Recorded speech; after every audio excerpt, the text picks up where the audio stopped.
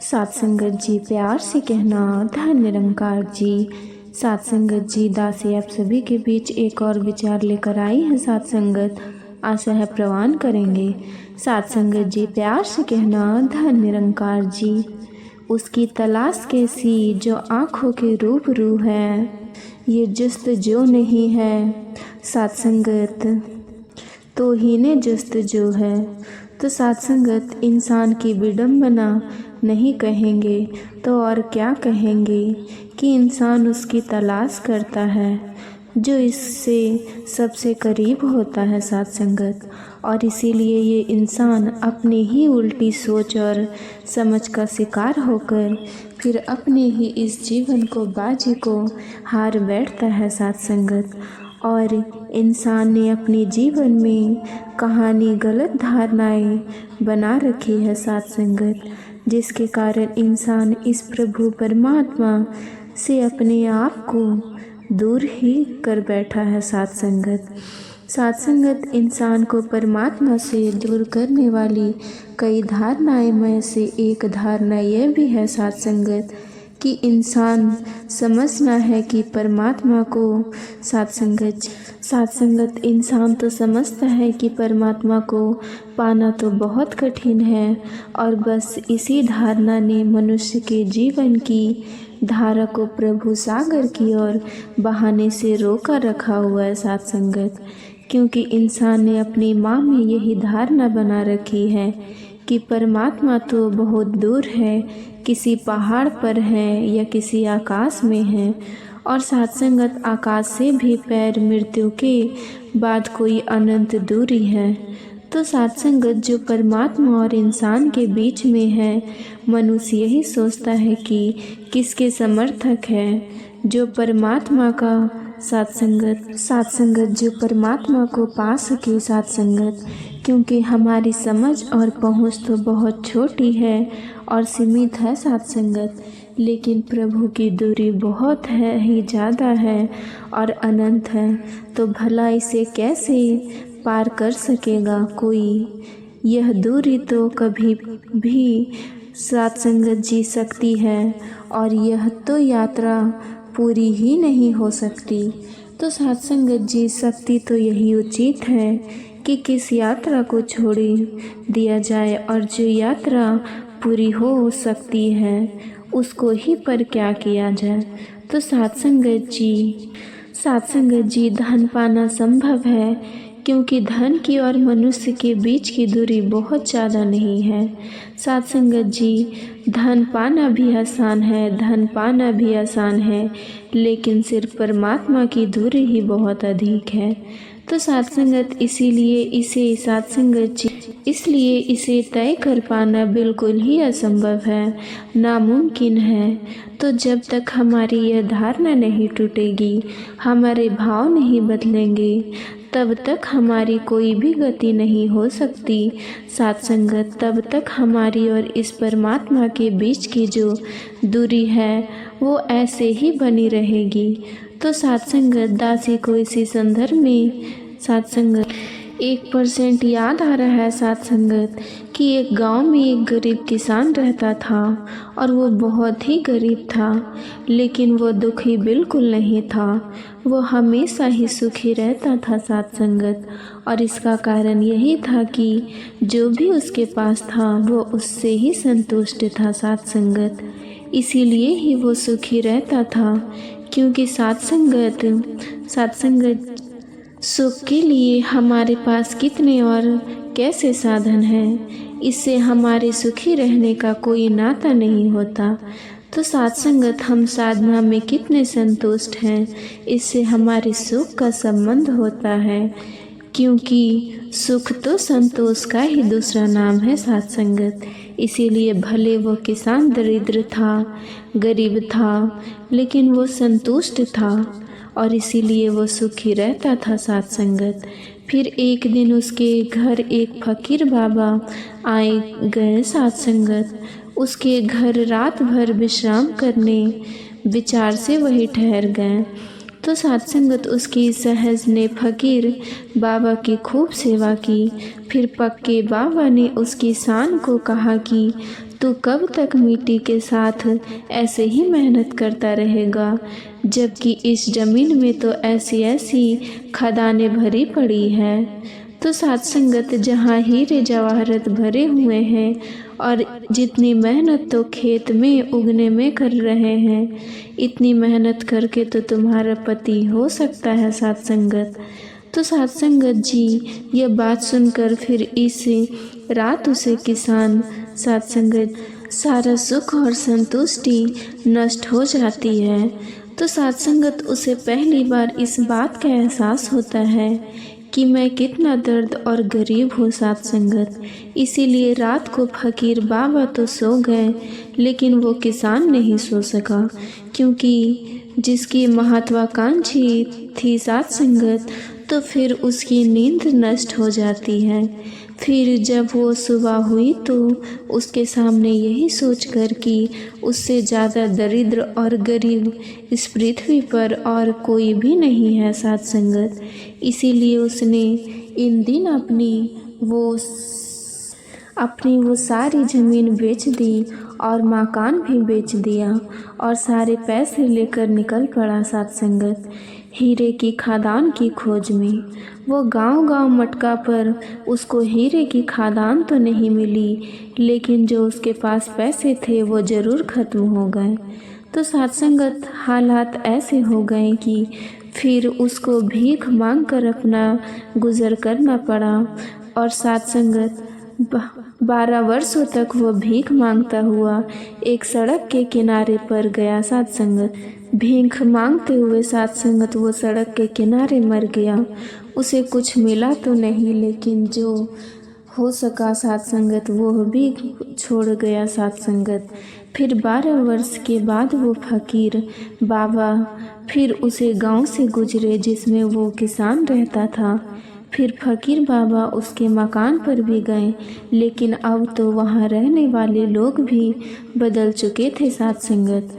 वो किसान को अपनी सारी ज़मीन और मकान बेच कर गया था। तो साथ संगत जी, उससे फकीर बाबा ने पूछा कि मैं 12 वर्ष पहले आया था, तब यहाँ किसान रहता था, अब वो कहाँ है? तो साथ संगत जी, उसे मकान के नए मालिक ने उसे फकीर बाबा से कहा कि बाबा जी, अब आप 12 वर्ष पहले यहाँ आए थे और साथ संगत जी 12 वर्ष पहले यहाँ आए थे और साथ संगत जी यहाँ से गए थे। उसी दिन उस किसान ने ये सारी ज़मीन और मकान मुझे बेच दिया साथ संगत। अपने आप कई हीरों की खोज में निकल गया था। और साथ संगत अभी अभी ये खबर भी आई है कि साथ संगत जी, उसे हीरे तो नहीं मिले हैं, लेकिन वो भीख तो ज़रूर मांगने लगा था साथ संगत, और कल ही कहीं सड़क किनारे पर उनकी मृत्यु हो जाती है। फकीर बाबा उस इंसान की सारी बातें सुनकर कि तभी उस ज़मीन के नए मालिक आ गए साथ संगत। अपने हाथ में एक चमकीला सा पत्थर लिए हुए खोलता हुआ बाहर आता है साथ संगत। फकीर बाबा की नज़र उससे बच्चे के हाथ के पत्थर पर पड़ी, तो फकीर बाबा ने उससे पूछा कि बेटा, तुम्हें यह कहाँ मिला? तो बच्चे ने कहा, बाबा, यह तो मुझे खेत में पड़ा हुआ मिला। तो बाबा ने कहा, यह तो हीरा है। ये सुनकर उस इंसान ने कहा कि नहीं बाबा नहीं, ऐसे पत्थर तो उसे खेत में बहुत से हैं। तो साथ संगत खेत में किसान से खरीदा था, लेकिन फकीर बाबा जानते थे कि वो पत्थर नहीं बल्कि एक हीरा ही था साथ संगत। फकीर बाबा ने उसे आदमी से कहा कि चलो और मुझे भी उस खेत में ले चलो जहाँ यह पत्थर पड़े हैं। तो साथ संगत वो आदमी उसे फकीर बाबा को उसे खेत पर ले गए। तो खेत पर गए, उससे खेत में एक साथ संगत जी, उस खेत में एक नाला बहता था और वहाँ सफ़ेद रहती थी।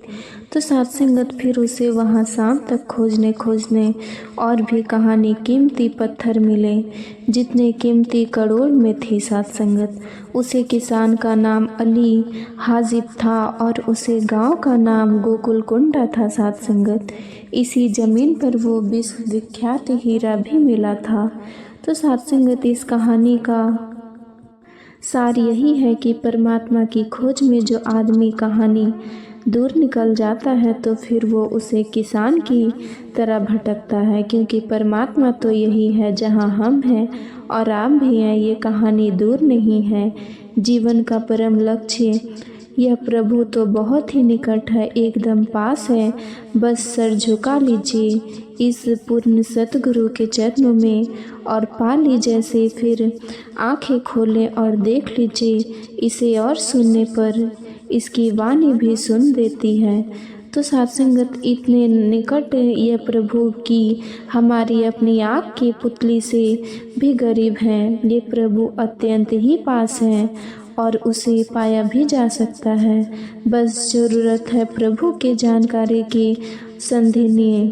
सत्संगत जैसे किसान की ज़मीन में हीरे थे, लेकिन उसे जानकारी नहीं थी और उसने अज्ञानता में ही अपने प्राण गंवा दिए। लेकिन वह हीरे प्रार्थना कर सका, सत्संगत हीरे प्राप्त ना कर सका। इस जमीन के नए मालिक को सत्संगत जी जिस दिन जानकारी मिली, वो आदमी उसे जमीन के छोटे छोटे पत्थरों को समेटकर क्षण में ही करोड़पति बन जाता है। तो सत्संगत सदगुरु बाबा हरदेव सिंह जी महाराज की कृपा से आज सदगुरु माता सुदीक्षा जी एक नए अनमोल प्रभु की जानकारी संपूर्ण मानवता को कराकर परमात्मा को दूर समझना वाली ये प्रभु मिलन संभव है। ऐसी धारणाओं से मुक्त सत्संगत मुक्ति दिलाकर ब्रह्म ज्ञान प्रदान कर रही है। सत्संगत जी इस प्रभु परमात्मा को प्राप्त करने की कला सिखा रही है। सत्संगत जी तो इनके पास आइए और ब्रह्म ज्ञान के बाद सदगुरु से ले लीजिए, तभी आपका यह लोक सुखी और परलोक से अल्लाह हो सकता है।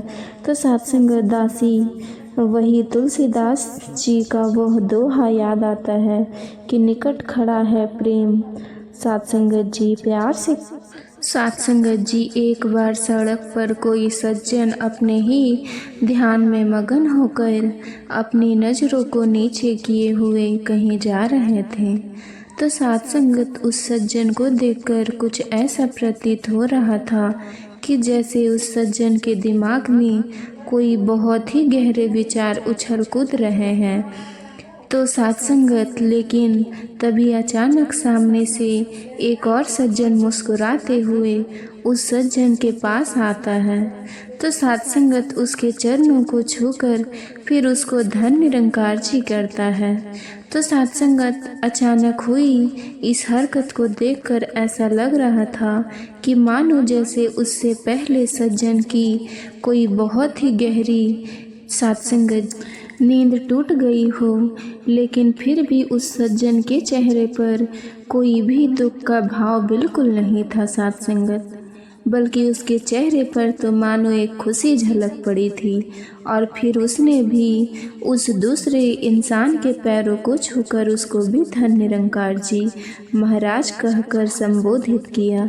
तो सत्संगत जब वहाँ उस सड़क पर यह सब कुछ हो रहा था, तो तभी वहाँ सामने से आ रहे दो दोस्त भी यह सब देखकर बड़े ही आश्चर्यचकित रह जाते हैं और फिर वो दोनों भी आपसे बात करने लगते हैं कि भाई यह तो एक प्राचीन भारतीय सम्मानित परंपरा है जो कि अब घरों के बंद कमरों से भी कहीं लुप्त होती जा रही है।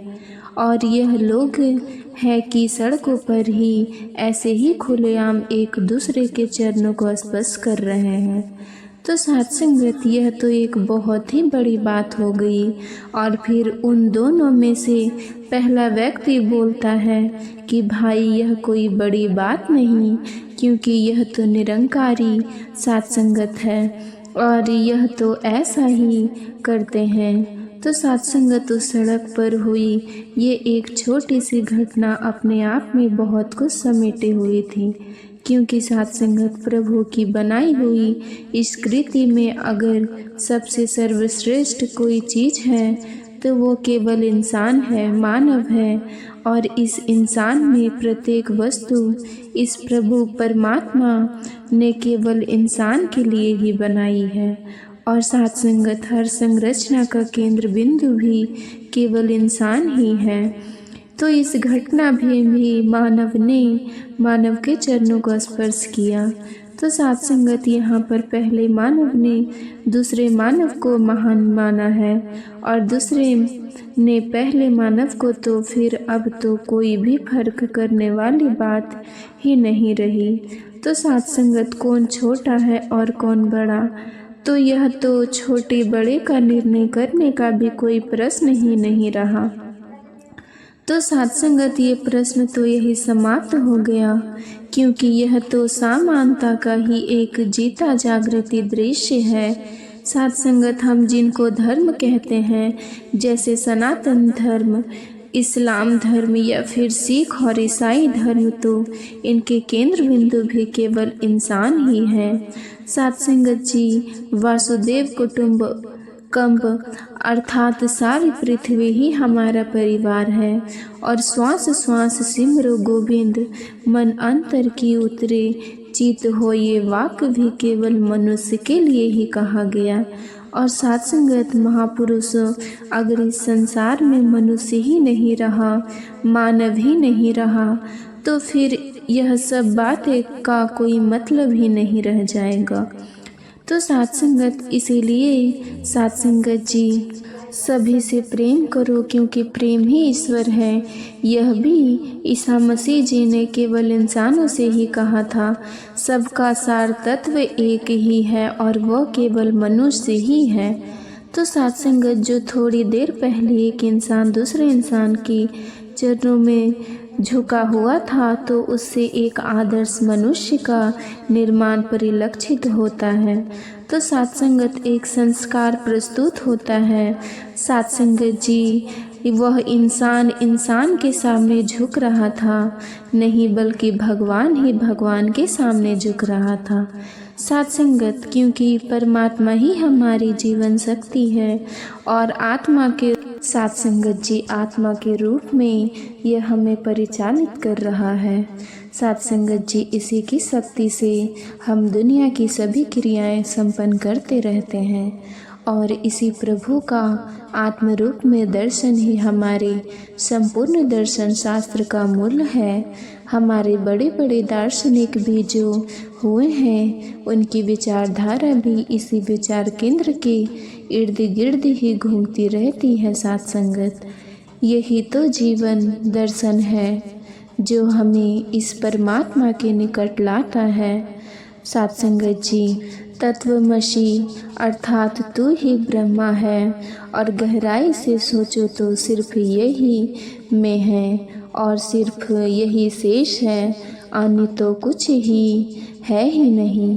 तो साथ संगत केवल यही स्पष्ट दृष्टिगोचर होता है निरंकारी साथ संगत। और लोग कहते हैं अरे यह तो निरंकारी है।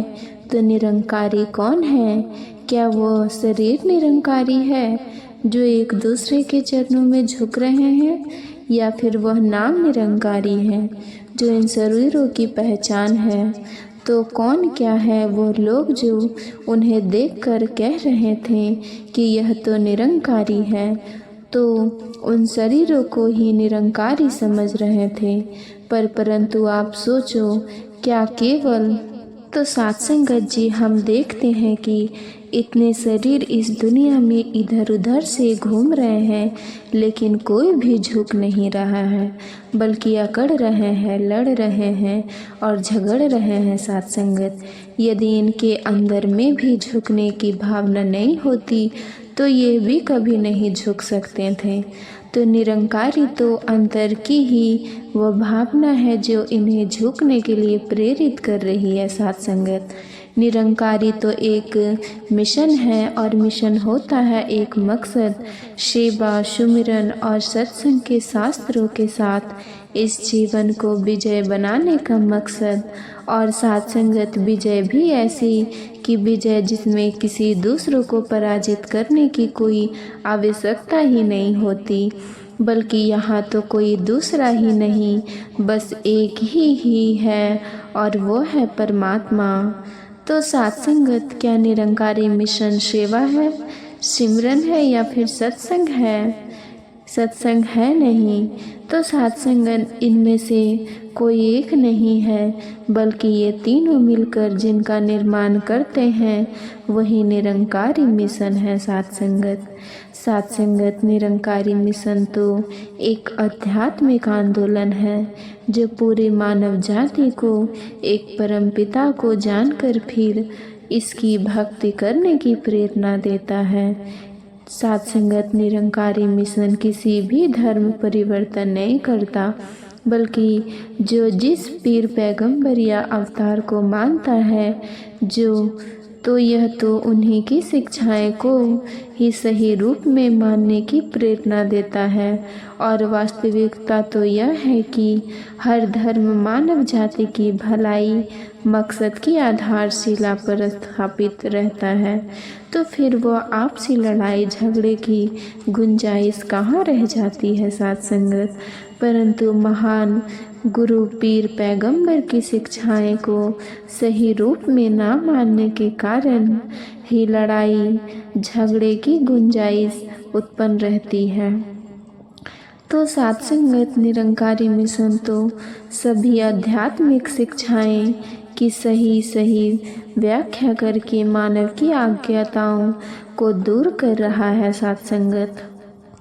तो सात्संगत जिसके कारण एक इंसान और दूसरे इंसान के बीच प्रेम और भाईचारा की भावनाएं बढ़ती जा रही है, इसीलिए तो निरंकारी मिशन को अंतर्राष्ट्रीय परिपथ में यूनिवर्सल ब्रदरहुड के नाम से भी जाना जाता है। तो सात्संगत बिल्कुल उचित भी है और सात्संगत इसी कारण से निरंकारी मिशन इस समय दुनिया के 42 देशों में मानव कल्याण की इस शिक्षा को प्रदान कर रहा है। तो सात्संगत अगर हम गहराई से अध्ययन करें तो हमें अनुभव हो जाएगा कि केवल निरंकारी मिशन ही है जो मानव में मानवता के धर्म की स्थापना करने के लिए एक क्रांतिकारी कदम है। तो सात्संगत दासी बस इतना ही कहेगी कि निरंकारी मिशन समानता का एक जीता जागृति दृश्य है। निरंकारी मिशन सात्संगत जी अंतर की कल्याणकारी भावना है। सात्संगत निरंकारी मिशन आदर्श का निर्माण करती है और निरंकारी मिशन एक आदर्श जीवन पद्धति का निर्माता है सात्संगत। तो सात्संगत इन्हीं शब्दों के साथ दासी अब आपसे इजाज़त चाहती है। सात्संगत जी प्यार से कहिए जी धन निरंकार जी।